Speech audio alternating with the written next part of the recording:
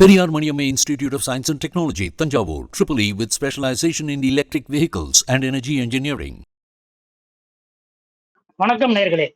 இன்றைய நேர்காணலில் நம்மோடு இணைந்திருப்பவர் அதிமுகவின் ஆதரவாளர் திரு பொங்கலூர் மணிகண்டன் அவர்கள். அண்ணா வணக்கம். வணக்கம். அதிமுகவின் உட்கட்சி தொடர்பான சலசலப்புகள் இன்னும் எத்தனை நாளைக்கு தான் நீடிக்கும் என்று தெரியல. இன்ன வரைக்கும் அதுதான் ஓடிட்டு இருக்கு. அதுல இப்போது குறிப்பா சொல்ல போனோம்னா, மூத்த பத்திரிகையாளர் SP லட்சுமணன் ஓரிரு நாட்களுக்கு முன்பு தன்னோட சமூக தள பக்கத்துல ஒரு முக்கியமான ஒரு கருத்தை வெளியிட்டாரு. அதாவது ஜூலை 8ஆம் தேதி திரு எடப்பாடி பழனிசாமி அவர்களுடைய சேலம் இல்லத்திலே 6 முக்கியமான முன்னாள் அமைச்சர்கள், அதிமுகவின் இப்போதைய மூத்த நிர்வாகிகள் அவர்கள் எல்லாம் ஒன்று கூடி அதிமுகவில் மீண்டும் ஓ பன்னீர்செல்வம், சசிகலா உள்ளிட்டோரை இணைக்க வேண்டும் என்று அவர்கள் வலியுறுத்தியதாகவும், அதற்கு எடப்பாடி பழனிசாமி திட்டவட்டமாக மறுப்பு தெரிவித்து விட்டார் என்றும், அதனால் இது பற்றி இன்னொரு நாள் மீண்டும் சந்தித்து பேசலாம் என்று அந்த கூட்டம் ஒரு முடிவுக்கு வந்ததாக என்று மூத்த பத்திரிகையாளர் SP லட்சுமணன் அந்த கருத்தை வெளியிட்டிருக்கிறார். அது குறித்துதான் கடந்த 2 நாட்களாக அனைத்து ஊடகங்களிலும் அதிமுக உட்கட்சி பிரச்சனை குறித்த ஒரே விவாதமாக இருக்கிறது. இதிலே நான் அறிந்தவரை திரு SP லட்சுமணன் அவர்கள் திண்டுக்கல் மாவட்டத்துக்காரர், திரு நத்தம் விஸ்வநாதன் அவர்களோடு நல்ல புரிதல் உள்ளவர் என்று நான் அறிந்திருக்கிறேன். அவருடைய குடும்பமும், திரு SP லட்சுமணன் அவர்களுடைய குடும்பமும் ஒரு அதிமுக குடும்பம் என்று நான் அறிந்துள்ளேன். இந்த நிலையில் இதற்கு அவர் இப்படி ஒரு பத்திரிகையாளராக இருந்து கொண்டு இப்படி ஒரு முக்கியமான ஒரு சம்பவம் பற்றி ஒரு கருத்தை வெளியிட்டிருக்கிறார். இதை நீங்க எப்படி பாக்குறீங்க? நம்ம அவங்க அரசியல் விமர்சகர்கள், பத்திரிகையாளர்கள், ஊடகத்தை மையப்படுத்துகின்றவர்கள் எல்லோருமே ஒரு அப்பட்டமான பொய்யை பேசுகின்றார்கள், பொய் செய்தியை பரப்புகின்றார்கள். நான் அந்த நீங்க குறிப்பிடுகின்ற யாரையுமே நான் குறைத்து மதிப்பிடுவேன். அவர்கள் என்னை விட தகுதியானவர் என்றெல்லாம் நான் மிக நினைக்கல. ஆனா அவர்கள் சொல்லுகிற செய்தி என்பது உண்மையை உணராத செய்தி. இப்போ அங்க 6 அமைச்சர்கள் இருந்தாங்க, இப்படி எல்லாம் பேசினாங்கிறத கூட இருந்து யாரு பார்த்தாங்க? அப்போ அதுல வந்திருந்து யார என்னங்க 6 முன்னாள் அமைச்சர்கள் 6 முன்னாள் அமைச்சர்கள் சொல்றாங்க. இப்போ அந்த 6 முன்னாள் அமைச்சர்கள் யாரோ வெளியில் செய்தி சொன்னாங்கன்னா தெளிவுபடுத்த வேண்டும்ங்க. இப்போ உண்மையிலேயே அவர்கள் வெளிப்படையாவே இந்த முன்னாள் அமைச்சர், நான் ஒரு அமைச்சருக்கு பேசினேன், அவர் சொன்னார்னே சொல்லணும். அதாவது அதிமுகவுடைய வளர்ச்சியை குறித்தும் அடுத்த கட்ட 2026க்கான தேர்தலில் அதிமுக தன்னை தயார்படுத்திக் கொள்வது எப்படி என்கிற செய்திகளை பகிர்ந்து கொள்வதற்காகவும் அவர் பேசிக்கலாங்கிறதை தாண்டி வேறு எந்த முக்கியத்துவம் இல்லைங்க. ஏன்னா எடப்பாடியார் அவர்கள் தான் பிடிவாதமா இருக்காரு. 6 முன்னாள் அமைச்சர்கள் மிக வற்புறுத்தி அவர்கள் எல்லாம் சேர்க்க சொன்னாங்க அப்படிங்கிற செய்திய பல யூடியூப் சேனல்ல, பல பத்திரிகையாளர்கள், நீங்க ஒரு 10-15 யூடியூப் சேனல் நானுமே பார்த்தேன், ஆளாலும் சொல்றாங்க. அவங்க எங்க ஊர் பாச சொன்னா அடிச்சு விடுறாங்க ஆளாளுக்கு. நடந்தது வேறு, அவங்க பேசியது வேறு. பரபரப்புக்காக என்ன முக்கியமான விஷயம்னாங்க, ஊடகங்கள்ல கடந்த ஒரு 7-8 ஆண்டுகளாக, குறிப்பா OPS விளக்கப்பட்ட பிறகு அதிமுகவை தாண்டி எந்த செய்திகளையும் ஊடகங்கள் விவாதிப்பதே இல்லை. தமிழ்நாட்டில் அரசு செய்கிற தவறுகளை பத்தி கண்டுக்கிறதே இல்லை. அதிமுக பத்தி எல்லாருக்குமே கவலை, மிகப்பெரிய அக்கறை மாதிரி எனக்கு தெரியுது. என்ன காரணம்னா, அதிமுக குறித்து பேசினால் பாருங்கள் எண்ணிக்கை கூடுகிறது என்றே என்கிட்ட சொல்றாங்க. அப்ப உண்மையில் தமிழ்நாட்டு மக்கள் மீது அக்கறை இருந்தால் இந்த ஊடகங்கள் இது போன்ற தேவையற்ற பொருள்களை, செய்திகளை சொல்லுகின்ற நம்பிக்கையை ஏற்றுக்கொண்டு அதை வெளியிட கூடாது. ஏன்னா நீங்க சொல்றீங்க SP லட்சுமணன் நெருக்கமாக சொல்றீங்க, நான் நெருக்கமா யாரோட கூட சொல்ல விரும்பல. ஆனால் நான் அறிந்த வகையில் அதிமுக என்ன முடிவெடுக்கிறது என்பதை பொதுச் செயலாளர் தான் நிச்சயமாக வெளியிடுவார். அதை தாண்டி யாரு சொன்னாலும் கருத்து அது அதிகாரப்பூர்வமானது அல்ல. அதிமுக தலைமையிலிருந்து ஒரு செய்தியை சொல்லாமல் எந்த செய்தியும் யாரும் வெளியிட்டாலும் அது உண்மையே அல்ல. என்ன சொல்ல வர்றீங்க? ஆனா அந்த தேதியில் அப்படி ஒரு கூட்டம் நடந்தது உண்மைதானா?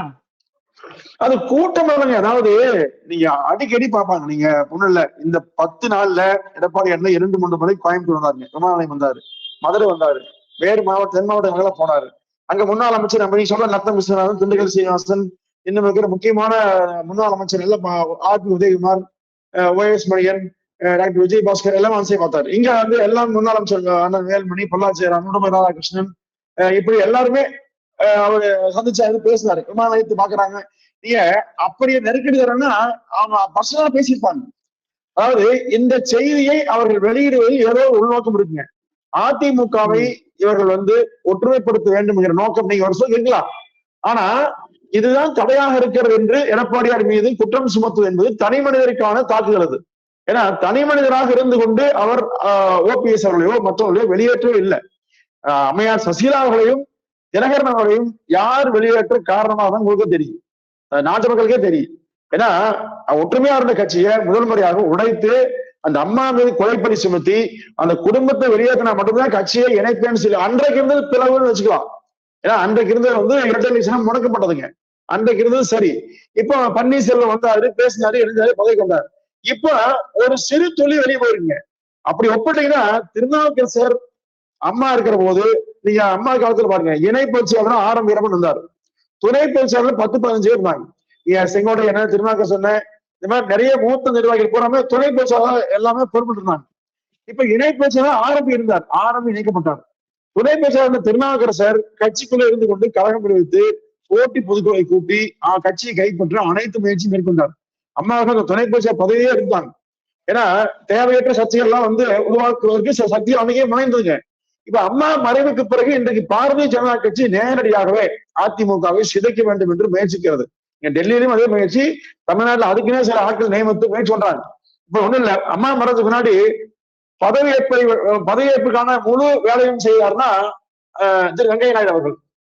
அப்போ பாஜக என்ன நினைச்சுன்னா அதிமுகவை இனி ஜெயலலிதா மறைஞ்சிட்டாங்க, இனி அவர் கைப்பற்றுவது சுலபம், அந்த கட்சியை கரைத்து விடுவது சுலபம், மிக எளிதாக பாஜகவை வளர்த்து நாம் இங்கே ஆட்சிக்கு வந்து கனவு கண்டாங்க. அதெல்லாம் உண்மை. ஆனால் எடப்பாடியார் என்கிற ஒரு நபர் புரட்சி தலைவர் எம்ஜிஆர் அவர்களுக்கு பிறகு, புரட்சி தலைவர் அம்மா அவர்களுக்கு பிறகு ஒரு வலிமையானவராக தான் எடுக்கிற முடிவுகளில் தொண்டர்கள் நம்புகின்ற வகையில, தொண்டர்களை பாதுகாக்கின்ற வகையில உறுதியாக நிற்பவர் ஒருவர் உருவாவார் என்று யாருமே கனவு காணலீங்க. நான் அடிக்கடி சொல்ல உண்டு.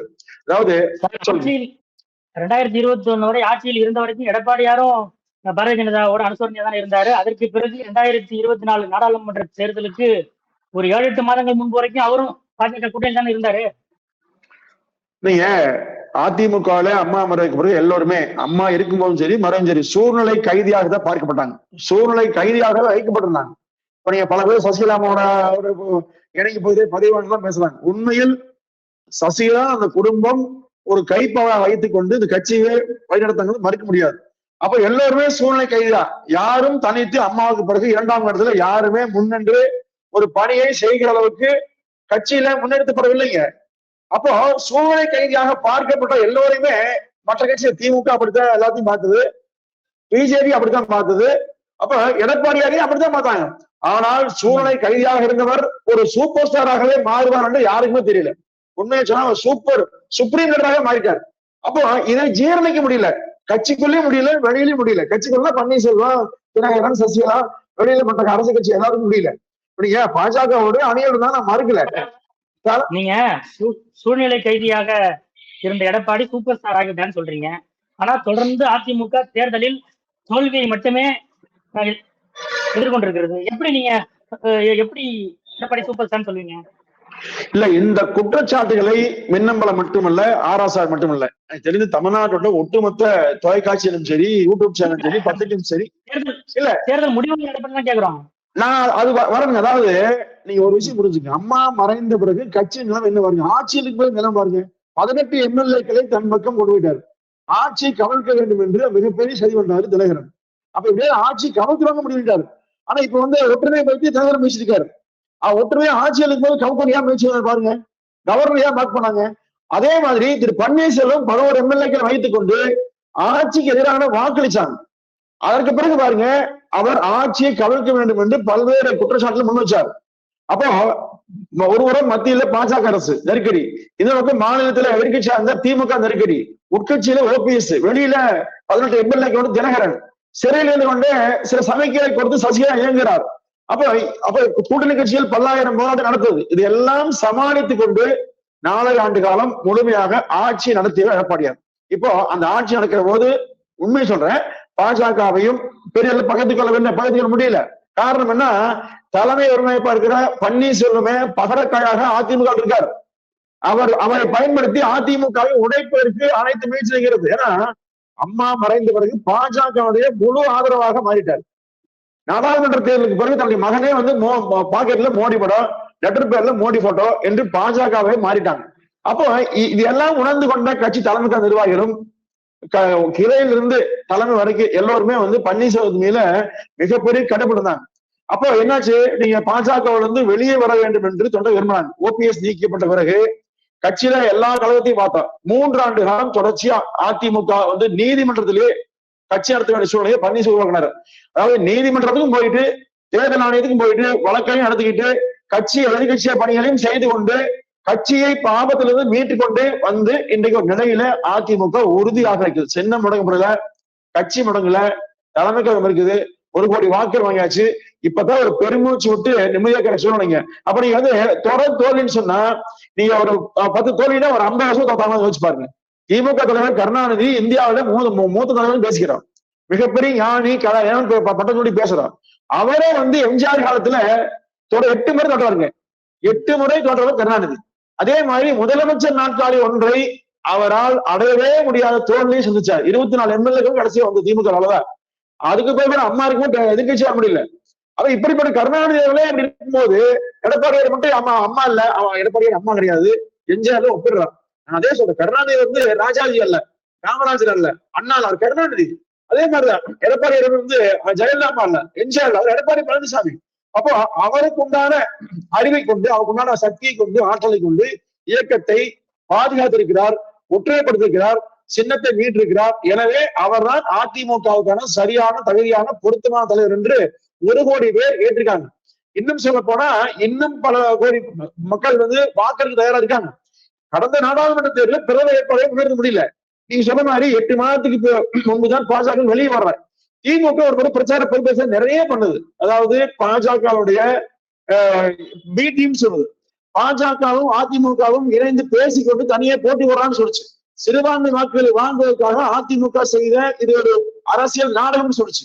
இதெல்லாம் மீறி உறுதியாக இல்லை. பிரதமர் மோடியே தன் பக்கம் தன்னை அமர வைத்தும் கூட அதிமுக குறித்தும் தலைவர் குறித்தும் தவறாக பேசியதை பொறுத்துக் கொள்ளாமல் ஏற்றுக்கொள்ளாமல் உடனடியாக அந்த கூட்டணியிலிருந்து பாஜக வெளியேற்றினார். அப்ப இப்படிப்பட்ட உறுதிமிக்க ஒரு தலைவர் தான் அதிமுக தேவைங்க. அப்ப அந்த தலைவராக வந்துட்டாரு. அதாவது வேற என்ன பிரச்சனை இப்போ இருங்க, இவ்வளவு உறுதிமிக்க தலைவராக நீங்க எடப்பாடி பழனிசாமியை வர்ணிக்கிறீர்கள். உங்கள் தரப்பிலிருந்து அது வாஸ்தவம் தான். இப்படிப்பட்ட நிலையிலே அந்த மூத்த பத்திரிகையாளர் 6 முன்னாள் அமைச்சர்களுடைய பேரை குறிப்பிட்டு சும்மா 19 சொல்லல, 6 முன்னாள் அமைச்சர்கள் என்னென்ன சொன்னாங்க, இப்படி சொன்னாங்க என்று அவர் வந்து நேரேட் பண்றாரு. இதை ஒரு முன்னாள் அமைச்சர் கூட ஏன் மறுக்கவில்லை? நான் சொல்றேங்க, 1 மாதத்துக்கு முன்பு கூட தனிப்பட்ட முறையில நான் செங்கோட்டையனோட நானே பேசினேன். என்கிட்ட பேசினாரு, சில எல்லா வரும் அவரே சொன்னார். ஆனா எஸ்பி வேல்மேனோட தேர்தல் முடிந்த வரை நானே நேற்று தான் பேசிட்டு இருந்தேன். நீங்க குறிப்பிட்ட மற்ற அமைச்சர்களை வேணா நான் பார்க்காம இருக்கலாம். இங்க இருக்கிற அமைச்சர் எல்லாமே உடுமை ராதாகிருஷ்ணனோ மற்றவர்களோ பொல்லாம் ஜெயராமனோ எல்லாரோடும் நெருங்கி இந்த மாதிரி முழு விவரத்தையும் பேசிக்கிறோம். அவர் எல்லாரும் சொன்ன ஒரே கருத்து இருந்தீங்களா, ஒரே ஒற்றை கதை. செங்கோட்டையன் போய் எல்லாருமே ஒரே தலைவர், ஒரே தலைமை எடப்பாடியார் தான். இனி அவரை விட்டால் அதிமுக நிச்சயமாக பாதுகாக்கப்படாது, அடுத்த முறை ஆட்சிக்கு வராது. அந்த தலைமையை நாம் எந்த காரணத்தை கொண்டும் இனி வந்து யார் வீழ்த்தினாலும் வீழ்த்த முயற்சித்தாலும் நாம் அதை வந்து செவிசாய்க்க கூடாது. அதற்கு ஒப்புக்கொள்ளக்கூடிய அளவில் நம்மளுடைய நடவடிக்கை இருக்கக்கூடாது என்று சொன்னாங்க. வேறு கருத்தே இல்லை, 2ஆம் கருத்தே இல்லை. அதாவது எடப்பாடியாருடைய தலைமைக்கு மாற்று என்றோ எடப்பாடியார் தலைமை குறித்து கேள்வி என்றோ அவர்கள் நிச்சயமாக பேசவே இல்லை. இன்னொன்று ஒற்றை சொல்றேன், ஓபிஎஸ் சேர்த்துக்கோங்க. நான் சொல்றேங்க, ஓபிஎஸ் எப்படி சேர்த்துவீங்க? நேற்று வரைக்கும் வழக்கு, இந்த நாடாளுமன்ற தேர்தல் கடைசி நாள் வரைக்கும் சின்னத்தை முடக்க டெல்லி ஆலமிச்சு உட்கார சொன்னாரு. அப்ப தொடர்ந்து நீதிமன்றம் இன்னும் வழக்கு இருக்குது. சசிகலாமா தானே பொதுச் செயலாளர் சொல்றாங்க.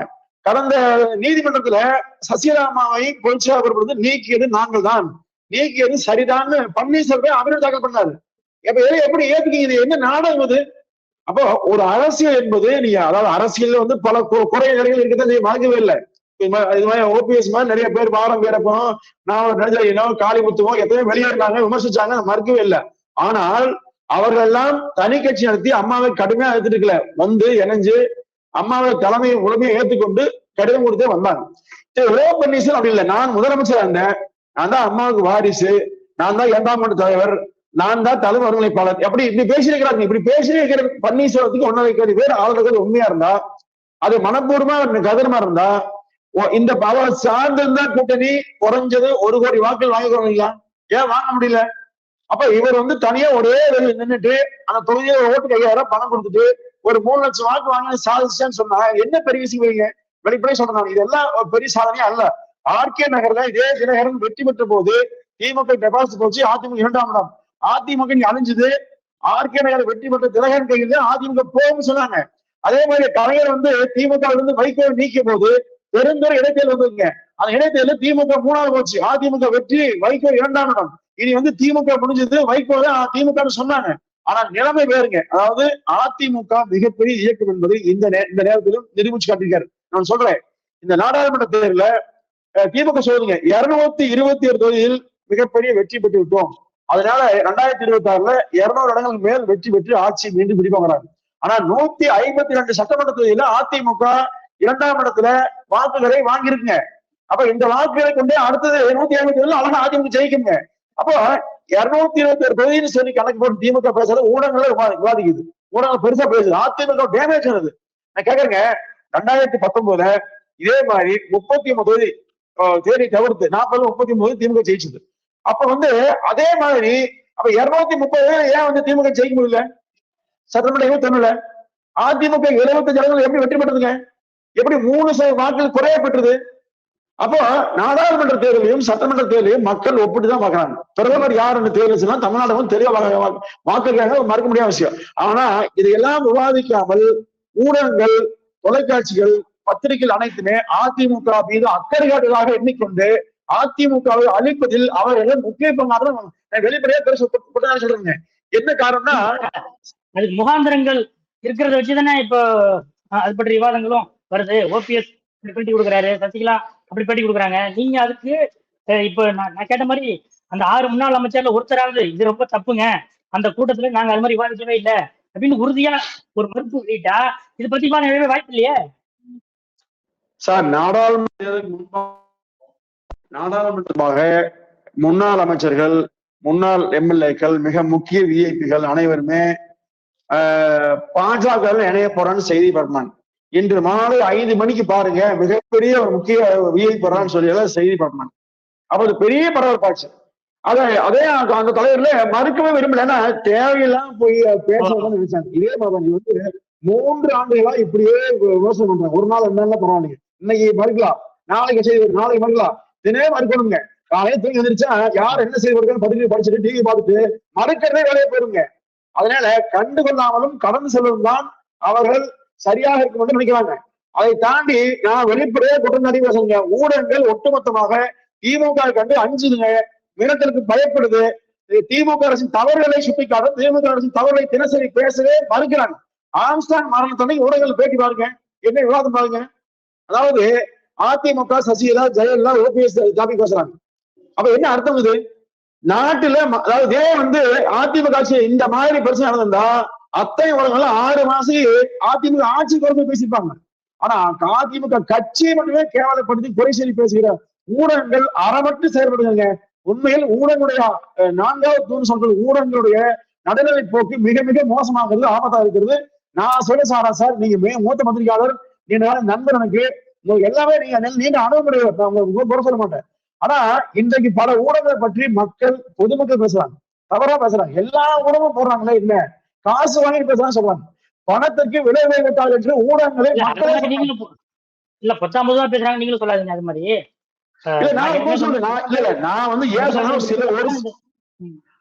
ஒரு சில ஊடகங்கள் வேண்டும் என்றே தினசரி திட்டமிட்டு சரி பார்ப்பேன். நான் ஒண்ணு இல்லை, எல்லாரும் சரி பண்ணுங்க. 3 ஆண்டு காலம் ஒரே செய்திய எப்படி பேசுறீங்க சொல்ல மாட்டாங்க. இப்ப நானே பேசுறேன், ஒரு செய்திய ஒரு நாளைக்கு பேசலாம், ஒரு மாசம் பேசலாம், 3 வருஷம் பேசுறீங்க. பொதுக்குழு பத்தி பேசியாச்சு, ஓபிஎஸ் பத்தி பேசியாச்சு, சசிகலா பத்தி பேசியாச்சு, உட்கட்சி பத்தி பேசியாச்சு, திரும்ப யாரு பேசுறீங்க? இதுதான் மேட்டருங்க, இதுதான் முடிஞ்சுன்னு சொன்னா பொதுக்குழு கூடிய பிறகு இதுதான் சொல்லி எடப்பாடியார் தெளிவா சொன்னார். நான் ஒன்னும் நீங்க வெளிப்படையா ஒரு உண்மை சொல்றேன். நான் எடப்பாடியாரை மிக 2-3 மாசம் சந்திச்சு பேசினேன். ஒரு மணி நேரம் தனியா அவர் பேசும்போது இந்த மாதிரி வெளிப்படையா சொல்றேன், நீங்க ஊடகத்தை வெளியிருங்க. 1 மணி நேரம் நடக்கத்துல அவர் சொன்ன கருத்து கேட்டு அவருமே ஆச்சரியப்பட்டேன். அதாவது இந்த மாதிரி தமிழ்நாட்டில் ஒரு பார்க்கறதுக்கு எடப்பாடிக்கு ஒண்ணுமே தெரியாது எடப்பாடியார் வந்து சாதாரண நினைக்கிறாங்க. 36 துறைகளை பற்றியும் 1 மணி நேரத்துல மூச்சு விடாம மிக அழகா அற்புதமா சொன்னார். உண்மையிலேயே இந்த நாட்டுக்கு ஏதாவது செய்ய வேண்டும் நினைக்கிற நல்ல மிகச்சிறந்த ஒரு அரசியல் தலைவர் எடப்பாடி பழனிசாமி அவர்கள். அவரை இந்த நாடு தவறிட்டுக்கிட்டே வருவாங்க. இன்னைக்கு ஸ்டாலின் அவரே திரும்பவும் சொல்ற பொம்மை முதலமைச்சர் நிர்வாகம்னா எதுவுமே தெரியாத ஒரு பொம்மை முதலமைச்சர் ஸ்டாலின் மறுக்கவே முடியாது. தமிழ்நாட்டுல இவ்வளவு கேவலமா கள்ளச்சாலை நடக்குது, இன்னைக்கும் நடக்குது, இப்ப ஆரம்பிக்குது, கண்டுக்கவே இல்லை. விக்கிரவாண்டி தேர்தலில் ஜனநாயகத்துக்கு கால்ல போட்டு முடிச்சுட்டு திமுக மிக மோசமான அரசியலை மேற்கொண்டுதுங்க. ஆனா இதெல்லாம் வந்து கவலையே விடாம யாருமே அவரை பத்தி யோசிக்காம அவர் வாழ்க்கை வந்த மாதிரியுமே மற்றவங்கெல்லாம் வந்து ஏழை வீட்டு அப்பாவே குழந்தை மாதிரி ரோட்ல போற மாதிரி கேவலமா பாக்குறாங்க, பார்வையிடுறாங்க, பேசுறாங்க. திரு ஸ்டாலின் ராஜா வீட்டு குழந்தை இல்ல, அவருக்கு கருணாநிதி மகன் என்கிற தகுதியை தாண்டி அவருக்கு இந்த தகுதி அவர் கருணாநிதி அல்ல. எடப்பாடியாவே திரும்ப திரும்ப ஜெயலலிதா நீங்க வெற்றி அது தனி விவாதம். அதை பத்தி தனி விவாதம் மாதிரி பேசலாம். ஏன் சொல்றேன்னா எடப்பாடியாரை குறை சொல்கிற ஊடகங்கள் ஸ்டாலினையே அவர் ஒப்பிட்டு பாக்குறாங்க. நீங்க தேர்தல் வெற்றி மட்டும் இல்ல, தேர்தல் வெற்றி மட்டுமே பிரதானம் சொன்னீங்கன்னா கருணாநிதி அவர்களை பற்றி அந்த எம்ஜிஆர் 10 ஆண்டு காலம் என்ன பேசிக்கொள்ளுங்க. அதனால நான் நினைக்கிறது அதிமுகவுடைய விக்கிரவாண்டி இடைத்தேர்தலில் திமுக எவ்வளவு செலவு பண்ணியது, திமுகவோட பட்ஜெட் என்னங்கிறத நாங்க செய்தி வெளியிட்டு இருக்கோம். அதாவது ஒரு சில ஊடகங்களை பாராட்டுறேன், நான் பாட்டுக்கிறேன், பார்க்காமல இல்ல. ஒரு சில ஊடகங்கள் உண்மையா போடுறாங்க. பல செய்தி நீ சூழ் இடைத்தேர்தல நீங்களே பல அருமையான செய்தி நீங்க வெளியிட்டீங்க, மக்கள் என்ன நினைக்கிறாங்க வெளியிட்டீங்க, நான் மார்க்கல. அதாவது ஒரு சில ஊடகங்களை தவறு சொல்றாங்க. அப்போ அந்த ஊடகங்கள் பத்தி குறை சொல்ற காரணம் என்ன, நீங்க அந்த 6 முன்னாள் அமைச்சர்களை தனித்தனியா நீங்களே சந்திக்கிறேன், அவங்களுக்கு தேடி வாங்கி தர்றேன். நீ செங்கோட்டையனோ அவங்க எஸ்பி வேலுமணி அவர்களோ தங்கமணி அவர்களோ இன்னும் சொல்லக்கூடிய மற்ற அமைச்சர்கள் நான் நேரம் வரைக்கும் அழைச்சு போறேன், நேரில் பேசுங்க, அவங்க என்ன சொல்றாங்க தயவுசெய்து பாருங்க. நான் அடுத்த வாரம் சென்னை அகிலே வர்றேன், சந்திச்சு பேசுவோம். உண்மையை சொல்றேன், எடப்பாடியார் அவர்களை விட்டால் இனி அதிமுகவுக்கு தலைவர்கள் இனி யாரும் சரியா ஆக மாட்டாங்க. ஒரு துணிச்சலா ஆக வேண்டும். என்னைக்கே பாஜக ஆட்சி மீது பிரதமர் மோடி என்று வந்த பிறகு கூட பாஜகவோட இனியும் கூடுதல் சைடும் சொல்றாங்க. அப்ப இந்த துணிச்சல் யாருக்கு இருக்குறீங்க? ஈடி வந்துரு ரைடு அது வந்துரு என்ன மேட்டி பார்த்தா முடிச்சுக்கலாம், எந்த மிடத்திற்கும் வாங்க மாட்டாங்க. அவரை பொறுத்தவரையில் அதிமுக அர்ப்பணித்து விட்டார். அந்த அர்ப்பணம் என்பது தன் ஆயுள் கால முழுமைக்கும் தன்னை அர்ப்பணித்து இந்த இயக்கத்தை உயர்த்தி ஆட்சியர்களை அமர்த்தியே தீர்வா நடக்கின்றது. சரி, நேற்றும் இன்றும் அதிமுகவுடைய தலைமை அலுவலகத்திலே அந்த மக்களவை தேர்தல் தோல்வி குறித்து விவாதங்கள் நடைபெற்று வருகின்றன. அதுல வந்து கட்சி நிர்வாகிகள் என்ன சொல்லியிருக்காங்கன்னா, இந்த தேர்தலில் நாம் தோற்றதற்கு ஒரு வலிமையான கூட்டணி இல்லாததான் காரணம் அப்படின்ட்டு அதிமுக நிர்வாகிகள், மாவட்ட செயலாளர்கள் உள்ளிட்ட நிர்வாகிகள் சொன்னதாக செய்திகள் வந்து கொண்டிருக்கின்றன. 2026 இதே போன்ற, அதாவது 2024 நீங்கள் அமைத்தது போன்ற ஒரு வலிமையற்ற கூட்டணி அமைத்தால் தேர்தல் முடிவு எப்படி இருக்கும்? ஏனென்றால் திமுக இப்போது வரைக்கும் வலிமையான கூட்டணியாக தான் இருக்கிறது. அது மாதிரி என்ன நீங்க மறந்து வச்சாலும் இப்போது வரை அந்த கூட்டணி வலிமையாக தான் இருக்கிறது. அப்ப 2026 அதிமுகவோட யூகம் என்ன சார்? அதுக்கு பல யூகங்களுக்கு எளிதா பதில் சொல்லலாம். ஆனா அதிமுக 2026 மிகப்பெரிய யூகத்தை நிச்சயமாக அமைக்கும். அது வியூகம். அது அந்த வியூகம் என்ன அப்படிங்கிறதெல்லாம் வெளிப்படையா ஊடகத்தில் பேசி நானே பேச முடியாது, சரியா இருக்காது. இந்த மாதிரி சொன்னா அது வேற மாதிரி ஆயிருங்க. நிச்சயமா சொல்றேன், 2026 அதிமுக ஆட்சி பிடித்தே தீருங்க. அதற்கான வியூகத்தை வலிமையான கூட்டணி அமைத்தே தீருங்க. நாடாளுமன்ற தொகுதி வாரியாக ஒரு நிர்வாகத்தை எடப்பாடி பேசிட்டு இருக்காரு. அவர்களை வெளிப்படையாக கருத்து சொல்லி கேட்டிருக்காரு, சில எழுதியும் தர்றாங்க. அப்ப இதெல்லாம் மொத்தமாக வைத்துக் கொண்டு தமிழ்நாடு முழுவதும் சுற்றுப்பயணம் வர வேண்டும் என்று விரும்புறாங்க. நிச்சயம் வருவார், நானும் நம்புறேன். ஏன்னா 234 தொகுதியிலும் எடப்பாடியார் விரைவில் சுற்றுப்பயணம் வருவார் செய்தி வந்தது.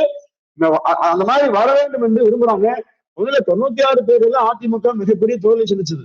அம்மா வந்து கொலப்பாக்கம் நினைக்கிறேன், கொலப்பாக்கம் நினைக்கிற ஆமா, அந்த ஊர்ல அந்த பகுதியில வந்து எல்லா நிர்வாகிகளும் வர வச்சு அம்மா வந்து மிக அருமையா நிர்வாகிகளை போல ஒரு ஆய்வு செய்து நிர்வாகிகளோடு கலந்து பேசி நடவடிக்கை எடுத்து பார்த்துனாங்க. ஒன்றிய தொடங்கி ஒவ்வொரு மாநில அளவுல எந்தெந்த கட்டங்களை மாற்றணும், யார் நியமிக்கணும், ஏன்னா இடையில ஓபிஎஸ் பிரச்சனைனால நிறைய பகுதியில ஒண்ணு நிர்வாகிகளே போடல. மாவட்டத்தோட நிறைய காலியா இருக்குது, ஒன்றிய காலியா இருக்குது. அப்போ மாநில நிறைய பொறுப்பு நியமிக்கணுங்க. இன்னும் புதிய ஒரு கட்சி இணையத்துக்கு நேராகவே காத்திருக்காங்க. அதெல்லாம் இணைத்து பதவி கொடுத்து ஊக்கப்படுத்த வேண்டும். இப்படி கட்சி பணிகள் ஏராளமா இருக்குங்க. அது எல்லாம் செய்வதற்கான ஆலோசனையை அந்த கூட்டத்துல பேசியிருக்காரு. இப்ப விக்கிரவாண்டி சட்டமன்ற இடைத்தேர்தல்ல அதிமுக பாய்காட் பண்ணிட்டாங்க. அவங்க இன்னாருக்கு ஓட்டு போட வேண்டும் என்று அதிமுக வந்து எந்த அறிகுறியும் வெளிப்படையாக அதனுடைய வாக்காளர்களுக்கோ தொண்டர்களுக்கோ எந்த அறிகுறியும் சொல்லல. ஆனால் கிட்டத்தட்ட 82% வாக்குப்பதிவாயிருக்கு. அப்ப அதிமுக காரங்க ஓட்டு போட்டிருக்காங்கிறது தெளிவா தெரியுது. அப்ப அதிமுகவினர் பாட்டாளி மக்கள் கட்சிக்கு ஓட்டு போட்டிருக்காங்க அப்படின்ற ஒரு தரப்பு கருத்தும், இல்ல அதுல ஒரு பாகம் வந்து திமுகவுக்கே ஓட்டு போட்டிருக்காங்க, இல்ல நாம் தமிழருக்கு ஓட்டு போட்டிருக்காங்க என்று வெவ்வேறு கருத்துக்கள் வருகின்றன. இத வந்து அப்ப அடுத்ததாக இப்ப தேசிய ஜனநாயக கூட்டணியில் இப்போது வரை இருக்கும் பாட்டாளி மக்கள் கட்சி அடுத்து அதிமுக கூட்டணிக்கு வருமா அப்படின்ற கேள்வி இந்த இடைத்தேர்தலில் இருந்து முளைக்குது. ஏன்னா பாட்டாளி மக்கள் கட்சி டாக்டர் அன்புமணி அவருடைய தேர்தல் பிரச்சாரத்தில் ஜெயலலிதாவுடைய படத்தை பின்னணியாக வைத்திருந்தார். நீங்கள் வந்து அவருக்கு எதிர்கட்சியாக இருந்தால் எடப்பாடி பழனிசாமி என்ன சொல்லியிருக்க வேண்டும், அது தவறு, அது கண்டிக்கிறேன்னு சொல்லியிருக்கணும். ஓபிஎஸ் வந்து அதிமுக கரை போட்ட வெட்டி கட்டக்கூடாது என்று சொல்கிற நீங்கள் அன்புமணி ஜெயலலிதா படத்தை வைத்து தேர்தல் பிரச்சாரம் செய்ததை எங்களுக்கு பெருமையாக இருக்குன்னு சொல்றீங்க. எங்கள் தலைவரை வச்சு பிரச்சாரம் பண்றது எங்களுக்கு பெருமை அளிக்கிறது என்று சேலத்தில் எடப்பாடி பழனிசாமி பேட்டி அளித்தார். உண்மையிலேயே அவருக்கு எது பெருமைன்னா, எடப்பாடி பழனிசாமியோட படத்தை வைத்து ஓட்டு கேட்டிருந்தால் அது அவருக்கு பெருமை. அவர்கள் ஜெயலலிதா படத்தை வைத்துதான் ஓட்டு கேட்கிறார்கள். அப்படின்னா இது வந்து இப்ப எதை காட்டுது? ஏன் ஒண்ணு சார், அம்மா சேவைக்கு சென்ற போது அம்மா பற்றி பாமக பல குறைய சொல்லுச்சு. அதாவது 52 திராவிட கட்சிகள் மீது மிக கடுமையான குற்றச்சாட்டு. திராவிடமே கட்சியில ஆகான்னு சொன்னாங்க. ஜெயலலிதா அம்மா மீது மிக கடுமையான குற்றச்சாட்டு சொல்லி அவங்க படத்தை சட்டசபையில வைப்பது கூட அதிமுக மணிக்கு பாமக எதிர்த்து தெரிவிச்சது. அப்போ இன்றைக்கு அவர்களே வந்து அம்மா படத்தை வைக்கிறாங்க பெருமையாது. அப்போ அம்மாவை சொன்ன குற்றச்சாட்டுகளை பொய்யா எடுத்தோம். அப்போ அம்மாவை பற்றியோ அதிமுக பற்றியோ அவர்கள் இதுவரை பேசிய அனைத்துமே தவறானது என்பதை அவர்களே படத்தை போட்டு ஒப்புக்கிட்டாங்க. நீ நாளைக்கு வந்து புரட்சிதை அம்மா குறித்து எந்த தவறான வார்த்தையும் பாமக சொல்ல முடியாது. அப்ப நீங்க ஆழ்த்து கேட்டீங்க, அரசியல்ல நிரந்தர நண்பன் எதிரில இல்லைங்க. எதிரி யார் என்பதை பொறுத்து வியூகங்கள் மாறுங்க, அமைக்கப்படுங்க. இப்ப நீங்க திமுக தலைவர் கருணாநிதி அவர்கள் 99 தேர்தலில் பொதுக்குழு கூடிச்சு. அந்த நேரத்துல கோயம்புத்தூர் ராமநாதன் ஒரு எம்பி இருந்தார், பழைய எம்பி இருந்தார். அவர் எழுந்து பேசும்போது பண்டாரங்கள் பரதேசியில் பேசிட்டார் பிஜேபி பற்றி. உடனே அவரே உட்காசி போட்டு பத்திரிகா சந்திப்பு சொன்னாரு, சார் எப்படி நீங்க பிஜேபியோட சேர்ந்தீங்க, இந்த வார்த்தையும் கட்சிக்காரர் பேசினாங்கன்னு சொல்லும் போது, நான் ஜெயலலிதா அவர்கள் எந்த அணி அமைக்கிறார்களோ அதற்கு எதிரான அணியை யார் வந்தாலும் ஏற்று அமைப்பேன்னு சொன்னார் பாஜக அணி. அந்த மாதிரி அதிமுகவுக்கு திமுக நேர் எதிரி. அந்த எதிரிக்கு எதிராக எப்படி அணி அமைப்பு. இன்னொன்னு முக்கியமான அது தனிங்க. பாஜக திமுக அல்லாத பாஜகவையும் திமுகவையும் ஏற்றுக்கொள்ளாதுங்க. அது உறுதியா காரணம். மாற்றமே இல்லை. யார் சொன்னாலும் அது தெரியாது. எடப்பாடி எப்படி இப்ப மாற்றமே அவர் சொல்ல மாட்டார். இன்னொன்னு விக்கிரவாண்டி தேர்தல் சொன்னீங்க, எடப்பாடியார் கடந்த வாரமே தெளிவா சொன்னாங்க.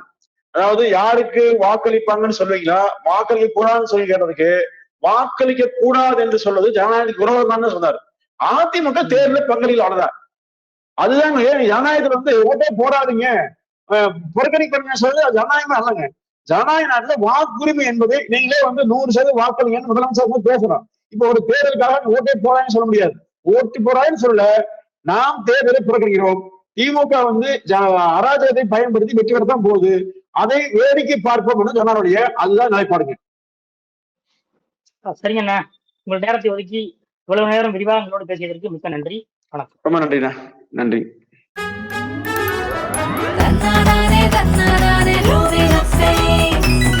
Periyar Maniamma Institute of Science and Technology, Tanjavur, EEE with specialization in electric vehicles and energy engineering. மின்னம்பலம்.com தமிழின் முதல் மொபைல் பத்திரிகை.